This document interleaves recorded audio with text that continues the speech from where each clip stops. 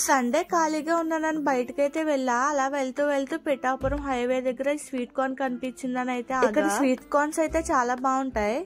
చాలా మంది ఇక్కడ ట్రై చేస్తారు. ఇక్కడ 700 to 800 స్వీట్ కార్న్స్ అయితే రోజు సేల్ అవుతాయంట. మన కాకినాడ వాళ్ళు అయితే చాలా మంది అక్కడ కొనుక్కుంటారు. అక్కడ స్వీట్ కార్న్స్ తో పాటు మొక్కజొన్న పొత్తులు కూడా కాలుస్తారు. టేస్ట్ అయితే బాగుంటాయి. ఇటు సైడ్ వెళ్ళిన వాళ్ళు అయితే ట్రై చేయొచ్చు. వీటి వెనకాలే చెట్లు అయితే ఉంటాయి.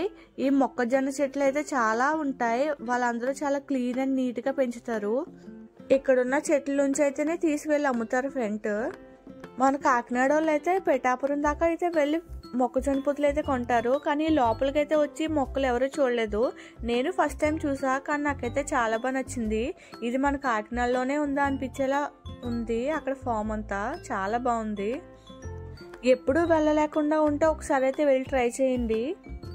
మీరైతే ఒక మంచి ప్లేస్కి అయితే వచ్చామనుకుంటారు. నెక్స్ట్ అక్కడ మిర్చి చెట్లు కూడా ఉన్నాయి, చాలా బాగున్నాయి. ఇక్కడైతే చాలా పెద్ద ప్లేస్లో అయితే వాళ్ళు చేస్తున్నారు.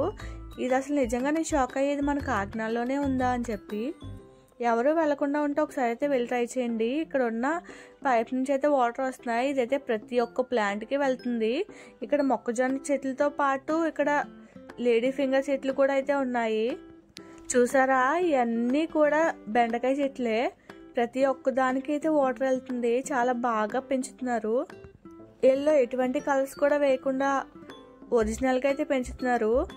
అలా ఉండడం చాలా గ్రేట్ కదా.